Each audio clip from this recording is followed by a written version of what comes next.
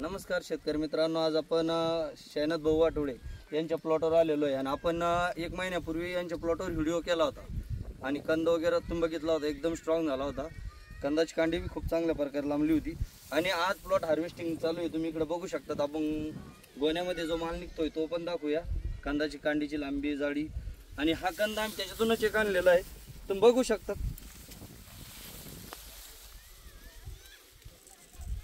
तो शैनात भाऊ, तुम्हाला कसं वाटलं? समजा भीष्म सोडल्यानंतर काय फरक पडला आपल्याला एवढ्या 1 महिन्यामध्ये? सुरुवातपासून आपण GS ॲग्रोचे बॉस आणि स्टम दिलं। एकरी बॉस 2 लिटर पर राऊंडला दिलं। असे आपले बॉसचे 5 राऊंड झाले आणि स्टमचे पण 5 राऊंड झाले। आणि भीष्मा तर भीष्मा द्यायला आपल्याला 15 दिवस झाले। 15 दिवसानंतर अजून 15 दिवसानंतर दुसरा राऊंड घेतला आणि आज प्लॉट हार्वेस्टिंगला केला। म्हणजे राहिलेल्या प्लॉटला भीष्मा समजा काल रोजी पोचलेलं आहे, जे हार्वेस्टिंग चालू आहे त्याला फक्त 1च राऊंड झालेला आहे। तर आज त्याची साईज पहिला जे आपण 1 महिन्यापूर्वी कंद काढलेला होता त्यापेक्षा आज दुपटीनं त्याचा समजा आपल्याला रिझल्ट दिसतोय।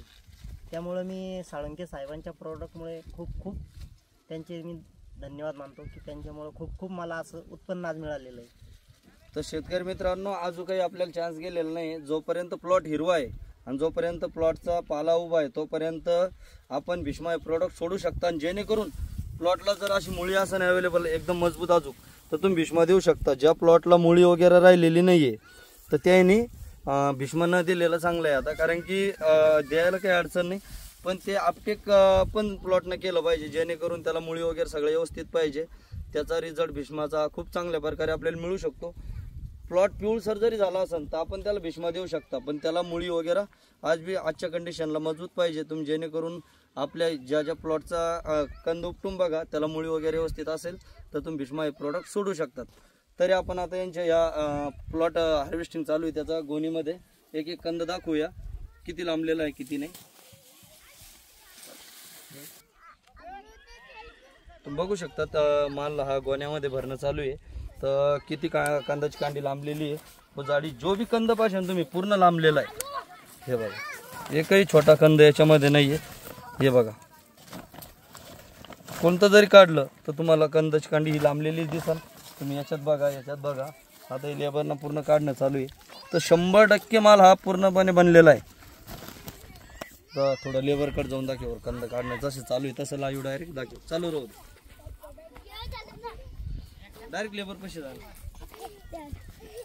पूर्ण कंद हा लांबलेलाच निघत, हा तुकडा झालेला आहे। हे बघा, पूर्ण कांडी पूर्ण जवळपास 100% बनलेला माल आहे। आणि ह्या प्लॉटला कोणताही कंदकूज वगैरे झालेला नव्हता, तरी बी इथं पाण्याचा थोडाफार प्रॉब्लेम असल्यामुळे यांनी बियाण्याला ठेवत नाहीये।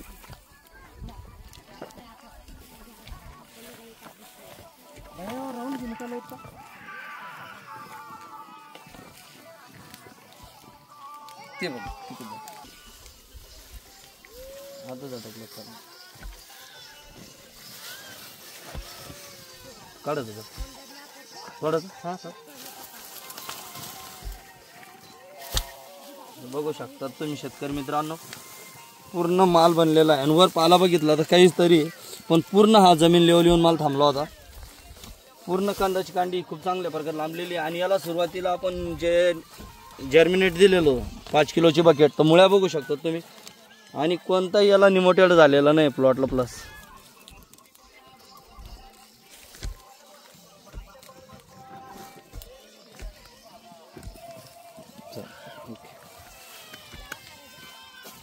ओके,